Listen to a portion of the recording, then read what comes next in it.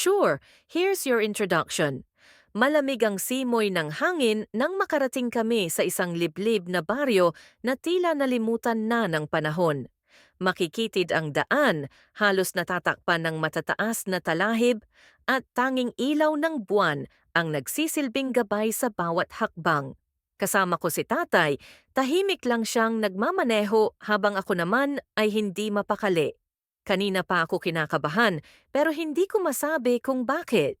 Hindi naman ito ang unang beses na bumisita kami sa malalayong probinsya, pero may kakaiba sa lugar na to. Para bang may matang nagmamatsyag sa amin, nakasilip sa pagitan ng madidilim na punong kahoy. Napalingon ako kay tatay. Matalim ang tingin niya sa daan, tila may malalim na iniisip. Tay, sigurado ka bang dito tayo titira? Tanong ko sa mahinang boses. Tumango siya, pero halatang may bumabagabag sa kanya. Dito ako dati nakatira, anak, kasama ng dati kong asawa. Hindi niya ako tinignan habang sinabi iyon. Napatigil ako. Dati niyang asawa? Ibig sabihin, nandito rin siya? Hindi ko alam kung bakit, pero parang biglang dumilim ang paligid. Nang makarating kami sa mismong baryo, ramdam ko agad ang bigat ng hangin. Tahimik, walang ingay ng kuliglig o huni ng ibon. Parang humihinga ang buong lugar pero walang buhay. Ang mga bahay ay gawa sa lumang kahoy, may ilang nakasara ng tabla, tila matagal nang walang nakatira. Pero ang mas nakakapagtaka, may mga matang sumisilip sa loob ng maiitim na bintana. Hindi ko alam kung imahinasyon ko lang, pero ramdam ko ang malamig na tingin ng mga tao. Pagdating namin sa isang bahay sa dulo ng kalsada, tumigil si tatay. Lumang bahay na gawa sa kahoy, may bakuran pero halos natatakpan na ng mga gumapang na halaman. May kakaiba sa amoy ng paligid, hindi mabaho, pero may halong alingasaw ng kung anong bagay na hindi ko maipaliwanag. Bumaba kami ng sasakyan at bago pa ako makalapit sa pinto, biglang bumukas ito ng mag-isa. Sa harapan namin, isang matandang babae ang nakatayo. Maputla ang balat niya, halos kulay abo. Ang mga mata niya ay malalim at tila puno ng lungkot. Pero ang mas kinilabutan ako, ang mapait na ngiti niya nang makita si tatay. Matagal kitang hinintay, mahina, pero matigas ang boses niya. Bumalik ka na rin. Hindi agad nakasagot si tatay. Nanatili siyang nakatitig sa matanda, parang may tinatago. Doon ko lang napansin na nanginginig ang kanyang mga kamay. Para bang may bumalik na alaala na gusto niyang kalimutan. Anak, pumasok ka na sa loob, mahina niyang sabi sa akin. Pero bago pa ako makagalaw, biglang lumakas ang ihip ng hangin. Sa isang iglap, narinig ko ang mahinang bulong mula sa likod ng bahay. Para iyong pag-iyak, mahina, pero parang nagmumula sa maraming boses. At doon ko lang napagtanto, hindi lang kaming tatlo ang nasa bahay na ito. Hindi ko maialis ang tingin ko sa matandang babae sa harapan namin. Sa liwanag ng gasera na hawak niya, mas lalo kong napansin ang mga guhit sa kanyang mukha. Parang hindi lang dala ng katandaan, kundi ng kung ano pang mas malalim na dahilan. Pero ang mas hindi ko maintindihan ay ang tingin niya kay tatay.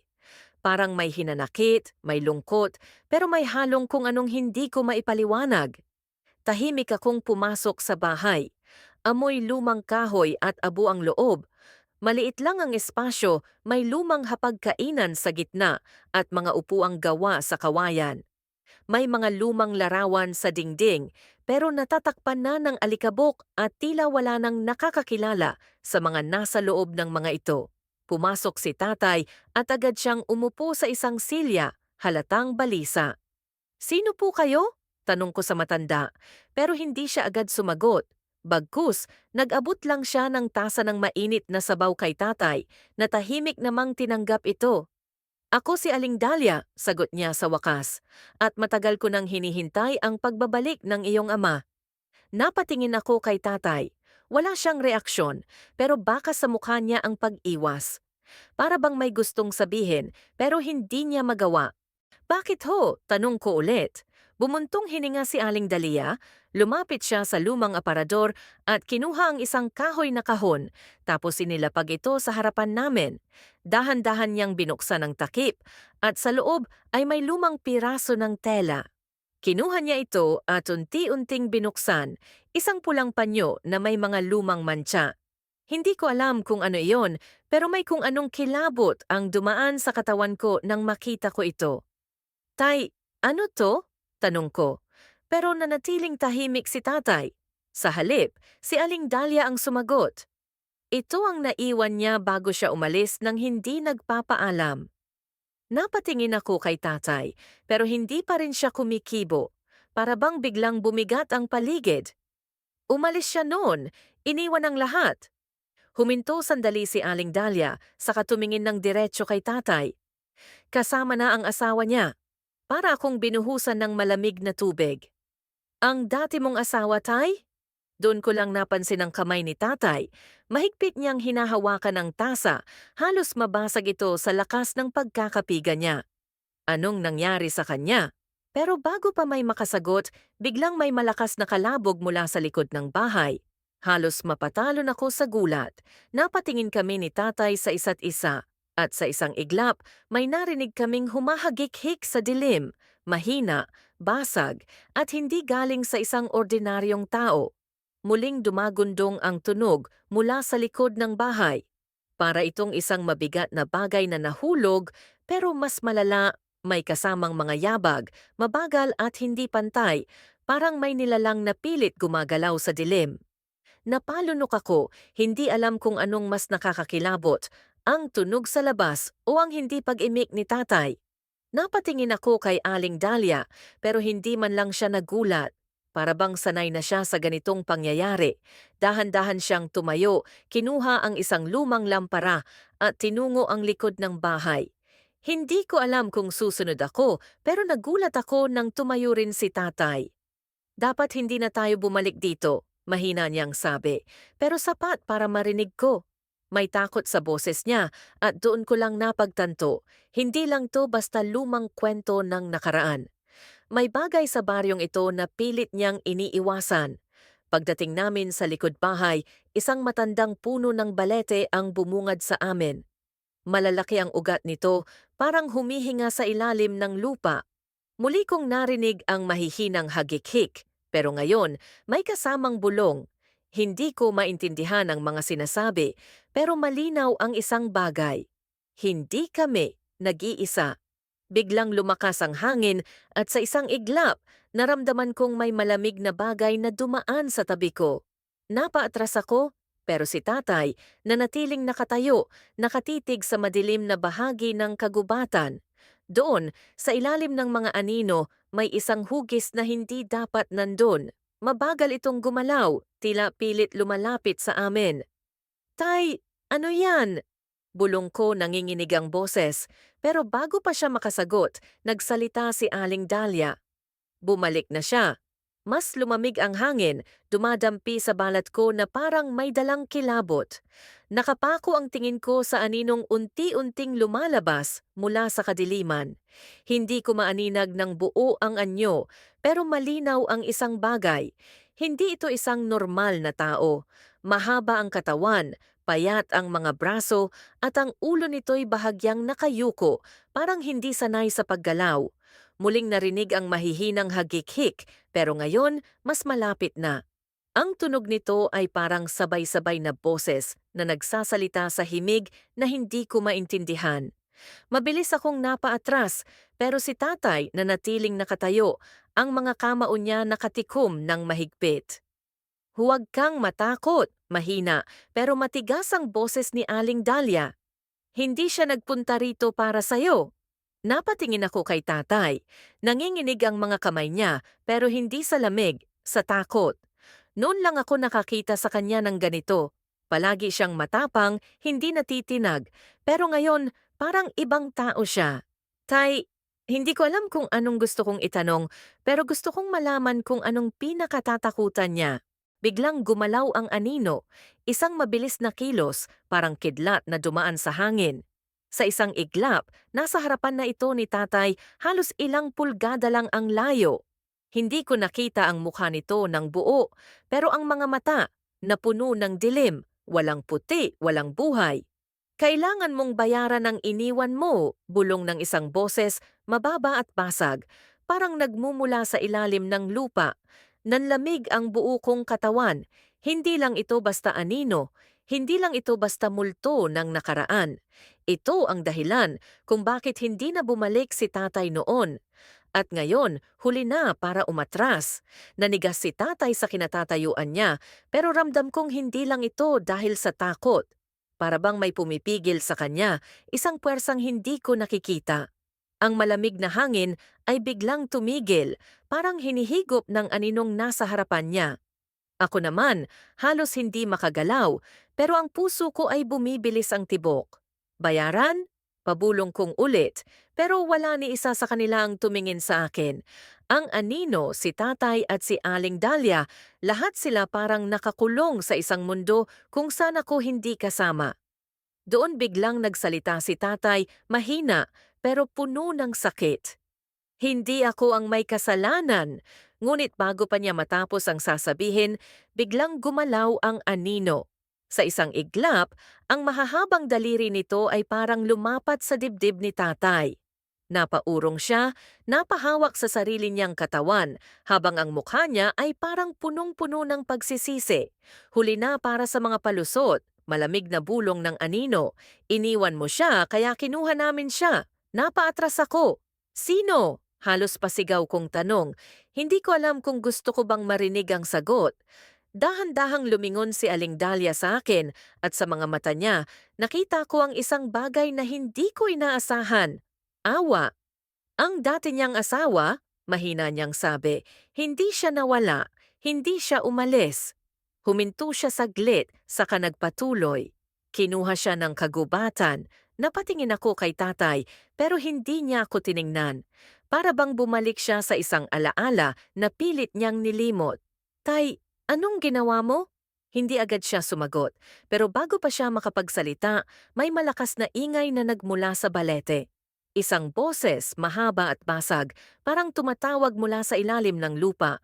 At sa isang iglap, mula sa lilim ng puno, may lumabas na isa pang anino. Mas maliit ito kaysa sa nauna, pero nang humakbang ito sa liwanag, para akong nilamon ng takot. Dahil sa kabila ng dilim na bumabalot sa mukha nito, nakilala ko agad. Ang hugis ng katawan, ang kilos, ang payat nitong braso, hindi ko ito matatakasan. Dahil ang pangalawang anino ay isang babae. At mas nakakakilabot, lumingon ito kay tatay at nagsalita gamit ang boses na punong-puno ng pait. Bakit mo ako iniwan? Napatigil si tatay. Para siyang natuyuan ng dugo nang marinig ang boses na iyon. Ako naman, hindi makapaniwala sa nakikita ko, ang pangalawang anino. Hindi lang basta nilalang ng dilim. Ito ang dating asawa ni tatay. Lumingon siya sa akin. Kahit balot ng anino ang kanyang mukha, ramdam ko ang lungkot at galit sa kanyang presensya. Iniwan mo ako, ulit niya. Mas mahina pero mas mabigat ang dating. Napaatras si tatay, parang gusto niyang tumakbo, pero hindi siya makagalaw. Hindi, hindi kita iniwan. Nanginginig ang boses niya, halos hindi marinig. Pero hindi naniwala ang babae. Mas lumapit siya, at sa isang iglap, nawala ang anino sa kanyang mukha. Doon ko siya nakita ng buo. Payat siya, maputla, at ang kanyang mga mata ay punong-puno ng hinanakit. Para siyang hindi nakabilang sa mundong ito, pero ang sakit na dala niya ay parang sariwa pa rin. Hinanap kita, mahina niyang sabi. Naghintay ako. Akala ko, patay ka na, bulong ni tatay. Sinabi nila na nawala ka sa kagubatan, na wala nang nakakita sa'yo.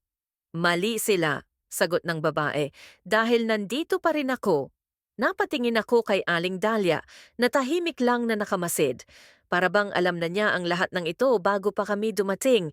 Kaya mo ba siyang harapin o tatakbo ka ulit? Malamig na tanong ng babae. Napalunok si tatay. Alam kong ito ang momentong kinatatakutan niya. Pero sa halip na umatras, unti-unti siyang lumapit. Patawad, mahina niyang sabi. Dapat hindi kita iniwan. Dapat hindi ako umalis. Sa isang iglap, humina ang malamig na hangin. Ang anino sa paligid ay parang unti-unting nawawala. Ang dating asawa ni tatay ay tumingin sa kanya at sa unang pagkakataon may nakita akong bakas ng kapayapaan sa kanyang mukha.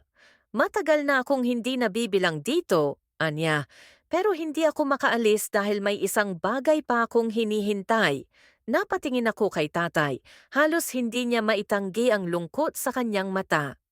Ano yon? Tanong niya. Ngumiti ng bahagya ang babae. Ikaw. At sa isang saglit biglang lumakas ang hangin at nang bumalik ang katahimikan, nawala na siya. Ang anino, ang lamig, ang presensya, lahat ng iyon naglaho kasama niya. Napatigil si tatay, nakatingin sa walang laman na espasyo kung saan siya nakatayo kanina. At sa unang pagkakataon, nakita ko siyang lumuhod, tahimik na umiiyak sa harap ng puno ng balete. Akala ko tapos na ang lahat, pero nang lumingon ako kay Aling Dahlia, nakita kong nakangiti siya. At bago pa ako makapagtanong, mahina niyang sinabi, hindi pa siya tuluyang nawala. Tahimik kaming naiwan sa harap ng matandang puno ng balete. Si tatay, nakaluhod pa rin, hindi gumagalaw, pero alam kong sa loob niya, isang bigat na matagal niyang dala ang tuluyan ng nawala. Hindi ko alam kung ano ang dapat kong maramdaman, takot, lungkot o ginhawa, pero isang bagay ang malinaw, may hindi maipaliwanag na kapayapaan sa paligid. Dahan-dahang lumapit si Aling Dahlia sa kanya. Tapos na ang paghihintay niya, mahina niyang sabi, pero hindi ibig sabihin na nawala na siya. Napatingin ako sa kanya. Ano pong ibig niyong sabihin? Ngumiti siya ng bahagya. Ang mga alaala, hindi basta nawawala. Ang sakit, ang hinanakit, lahat yan humihina lang sa paglipas ng panahon. Pero ang mga iniwan natin, mananatili sila nakatingin sa atin. Napatingin ako sa puno ng balete na ngayoy parang mas tahimik kaysa kanina. Wala na ang anino, wala na ang malamig na boses, pero naroon pa rin ang pakiramdam na may nagbabantay. Maya-maya, dahan-dahang tumayo si tatay. Halatang mabigat pa rin ang kanyang loob, pero may bago sa kanya.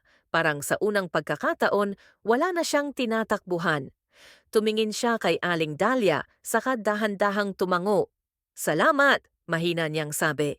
Hindi na kami nagtagal sa baryo.